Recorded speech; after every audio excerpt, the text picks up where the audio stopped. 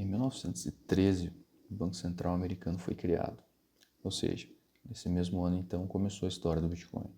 Eu sou o Júlio, do canal Educador Bitcoin, e nesse vídeo eu vou contar um pouco sobre a história do dinheiro pré-Bitcoin. Qualquer coisa pode ser dinheiro. Apenas algumas características fazem com que uns sejam melhores do que outros.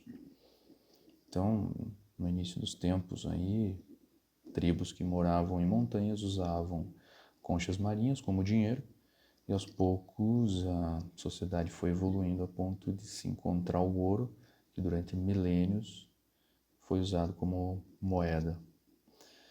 E o ouro tende a ser a moeda preferida da história porque algumas características dele o tornam muito interessantes, em especial a dificuldade de encontrar. Então, o preço do ouro subia, mas a capacidade dos mineiros de encontrar ouro não subia na mesma proporção. Então, o máximo de ouro que foi encontrado em um ano é equivalente a 2% do estoque já existente. Em nenhum momento foi encontrado mais ouro do que isso. Então, o valor do ouro se mantinha no decorrer do tempo com facilidade, né? O ouro tem um desempenho através do tempo muito bom. E esse desempenho fazia com que as pessoas preferissem o ouro. Então, nesse jogo, a moeda mais forte acabava levando tudo. O ganhador levava tudo, ou quase tudo. Aquele que ficava em segundo lugar perdia, porque ninguém queria ficar em segundo lugar, né? E se referia então a manter o valor do seu patrimônio. E com o tempo, as pessoas acabavam então não deixando o ouro em casa, né? Elas foram depositando o ouro junto aos ourives. Por que os ourives? Os ourives já lidavam com esse material e sabiam do seu valor, então eles mantinham uma segurança em torno do seu estoque de ouro, né, para que ele não fosse roubado. Então as pessoas com esse receio de ser roubadas acabavam deixando o ouro junto aos ourives, que em pouco tempo viraram banqueiros. E esses banqueiros então davam recibos às pessoas, e esses recibos com o tempo também foram virando dinheiro, porque as pessoas percebiam que não tinha motivo de ir lá buscar o ouro, era só ir até onde eles desejassem entregar o recibo, e as pessoas iam movimentando esses recibos. Com o tempo, os ourives, que agora eram banqueiros, perceberam então que as pessoas não iam buscar, então havia a possibilidade de emitir recibos além da conta e usar esses recibos como se dinheiro fosse, né? Claro que quando alguém ou muitas pessoas percebiam o esquema, ocorria o que a gente chama de corrida ao banco. Então, as pessoas iam buscar o ouro com os recibos que elas tinham e, é claro, tinha menos ouro do que a quantidade de recibos, e aí o banco quebrava. Então, em 1913, tiveram uma grande ideia. Algo que aconteceu a partir de 1913, não exatamente em 1913, e se estendeu até 1970. Mas criaram o Banco Central, então, e o Banco Central falou, vamos deixar ainda mais seguro, não vamos deixar o ouro em bancos comerciais dispersos, vamos reunir tudo em um lugar só. E aí, o governo americano garante, então, que uma onça de ouro equivale a 35 dólares. E com isso, não só os Estados Unidos fizeram, então, esse depósito no Banco Central, mas como o mundo inteiro. Porque o ouro também, o fato dele ser raro, dá um desempenho dele através do tempo bastante interessante. Ou seja, ele aumenta de valor com o passar do tempo.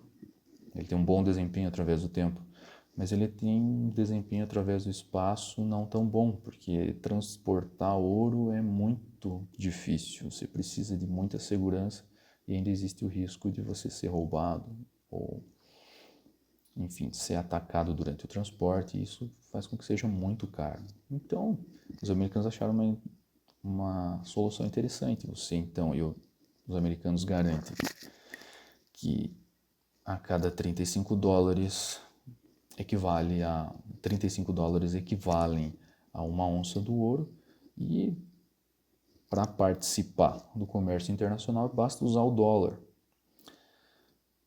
Essa é a história oficial. E a sacada foi interessante porque os americanos agora podiam emitir dólar à vontade. E essa inflação seria absorvida por outros países que desejavam participar do comércio internacional, porque esses outros países precisavam de dólar para conseguir participar do comércio internacional. Então, esses dólares saíam dos Estados Unidos e não geravam inflação ali interna, pelo menos não na mesma proporção. E esse sistema foi fantástico do ponto de vista americano até 1970, quando começaram a perceber que alguma coisa podia estar errada, em especial a França, e a França pediu o ouro de volta. Os americanos deram ouro para a França e logo depois a Alemanha pediu, e aí a casa caiu, né? E aí, de repente, da noite pro dia, o dólar deixou de ter o peso de 35 dólares por onça e passou a flutuar de acordo com oferta e demanda. Então isso gerou aí um grave prejuízo aí para todos os países que não conseguiram resgatar o ouro, principalmente o Brasil. E é esse o motivo pelo qual, um dos motivos pelos quais, na verdade, o Bitcoin foi criado. Porque ele retira da mão de qualquer estado ou de pessoa a capacidade de produzir bitcoins. Então, o que é interessante é que quanto mais o preço do Bitcoin sobe, aumenta então o incentivo para você participar da rede, em especial minerar Bitcoin, mas a mineração de Bitcoin não cria mais Bitcoins. E ele retira então do controle central essa capacidade de criar mais bitcoins e então fazer o que foi feito com o ouro, né? Que na prática, desde 1913, então, mais ou menos, né? Foi criada então a moeda fiduciária.